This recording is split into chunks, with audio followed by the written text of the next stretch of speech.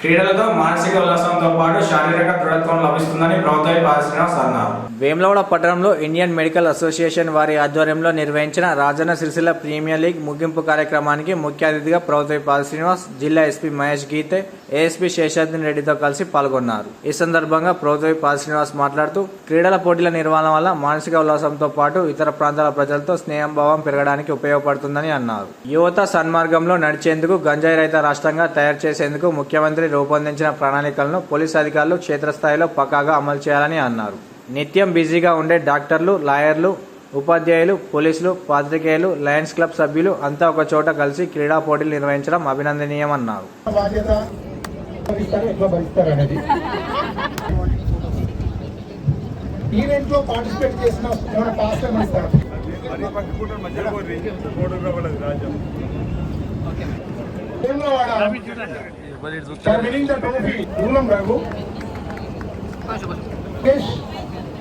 ఇంకా చాలా రిపోర్ట్ చేయాలి.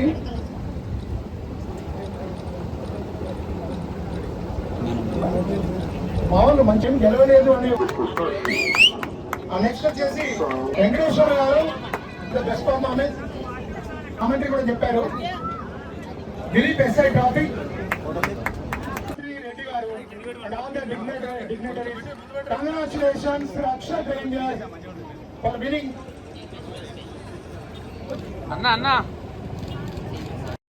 పెద్దలకు మరి వేదిక కింద ఉన్నటువంటి పెద్దలకు మన క్రీడాకారులకు క్రీడలను ప్రోత్సహించినటువంటి మిత్రులకు శుభాభినందనలు.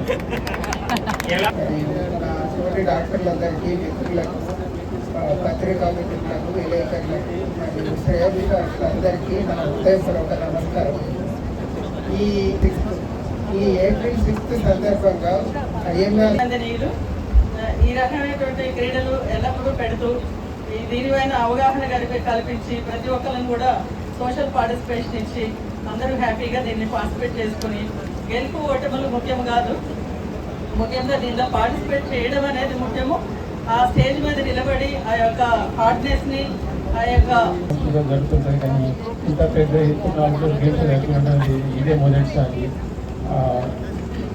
ఇవన్నీ మారుతున్న కాలంలో లోపల డాక్టర్లు కానీ ఎవరైనా కూడా ఏం చెప్తున్నారంటే లైఫ్ స్టైల్ మాడిఫికేషన్స్ అని చెప్తున్నారు అందరూ.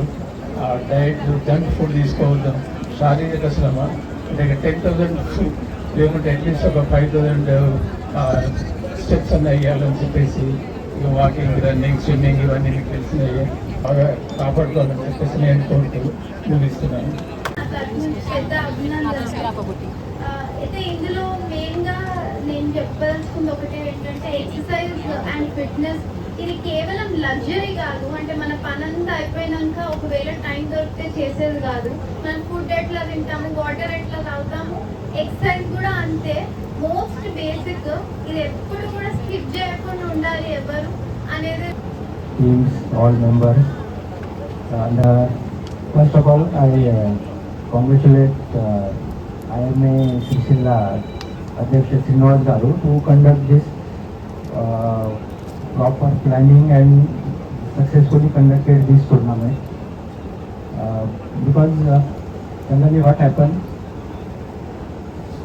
this program like this tournament or any other sport program mainly two mukhyenga uddesham. Okati already ASP said physical fitness is important, but second is coordination among the department. ఇక్కడ ఆనంద్ రెడ్డి గారు ఒక మాట అన్నది, ఈరోజు భోజనం కూడా చేసి వెళ్ళాలని చెప్పాలి.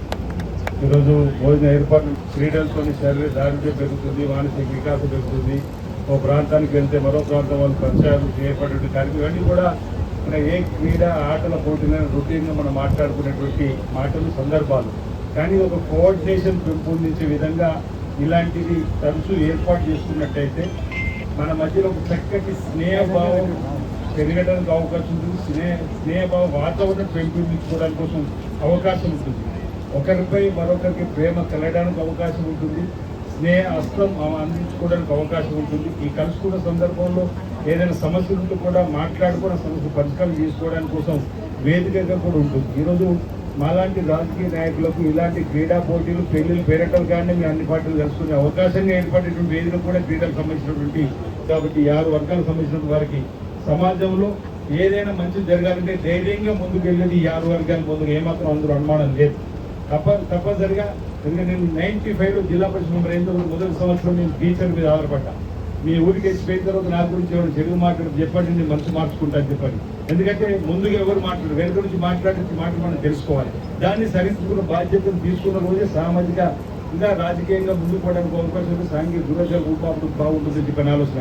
అందుకే రోజు శాసనసభ్యుడైనా గిప్పై ఎంత ముందుకెళ్ళినా మీ దీవెనతో ముందుకెళ్ళినా మీ దీవెనలు మీ సహకారంతో ఉన్నా భవిష్యత్తులో కూడా ఇదే మీ దీవెనలు మీ సహకారం అందుకుంటూ ముందుకు పోయే క్రమంలో ఎక్కడ ఎవరిని నొప్పించకుండా ఎవరికి ఇబ్బంది వచ్చినా ఆ ఇబ్బందిని అధిగమించే కార్యక్రమం చేసుకుంటూ పోవడం తప్ప వేరొకటి ఉండదని మాట సందర్భంగా మీకు చెప్తూ ఒక విషయాన్ని ఈ సందర్భంగా గత 10 సంవత్సరాలు వేరే రాజాన్ని ఆలయానికి సంబంధించినటువంటి